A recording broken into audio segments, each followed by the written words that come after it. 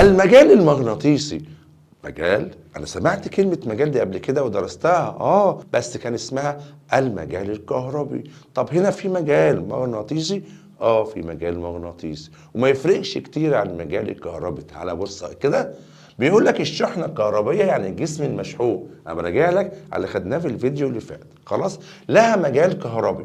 المجال الكهربي ده موجود في الفراغ اللي حوالين الشحنة، تمام. وبيأثر بقى، اي شحنة تيجي في المجال ده بتتأثر بمين؟ بالشحنة الأصلية المشحونة أو الجسم المشحون، يا إما تجذبه لو في اختلاف، يا إما يحصل تنافر لو في تشابه، تمام. وكنا بنعبر عن المجال ده بخطوط اسمها خطوط القوى. ايوه كده مستر، افتكرت خطوط القوى الكهربيه، او كان لها اسم تاني اسمها خطوط المجال الكهربي، تمام. نفس الكيفيه، يعني زي ما خدناه هناك في الكهرباء هناخدها هنا في المغناطيس بنفس الكيفيه. فان المغناطيس له مجال مغناطيسي، يبقى هناك مجال كهربي، هنا مجال مغناطيسي يمتد خلال الفراغ، يعني المساحه اللي حوالين المغناطيس، خلاص تمام. وهيجذب المواد المغناطيسيه، ويبقى يا اما يجذبها يا اما يبعد عنه المواد الغير مغناطيسيه، مش هيجذبها. طيب اللي حوالين ده المجال عاوزين نعبر عنه، هنعبر عنه بخطوط برضه، بس اسمها خطوط المجال المغناطيسي. يبقى عبر عن المجال المغناطيسي بخطوط وهمية تسمى خطوط المجال المغناطيسي. يبقى هناك مجال كهربي، هنا مجال مغناطيسي.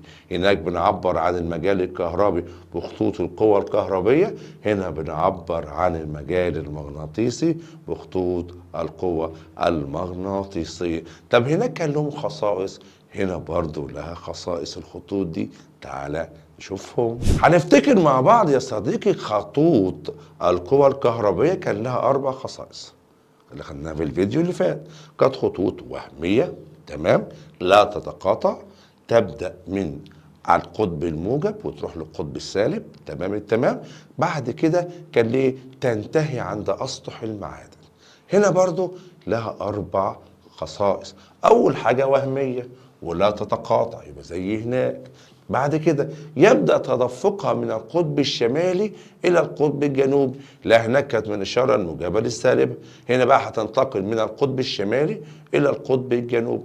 الخاصية الثالثة تتزاحم عند الأقطاب، بص كده عند الأقطاب متزاحمة، وتقل الخطوط دي فين؟ بالابتعاد عنه. يبقى ده القطب الشمالي، ده القطب الجنوبي وده القطب الشمالي. هتلاقي الخطوط متزاحمة عند الأقطاب وتقل عند المنتصف، وبتنتقل من القطب الشمالي إلى القطب الجنوبي، ما بيحصلش فيهم أي تقاطع، خلاص تمام.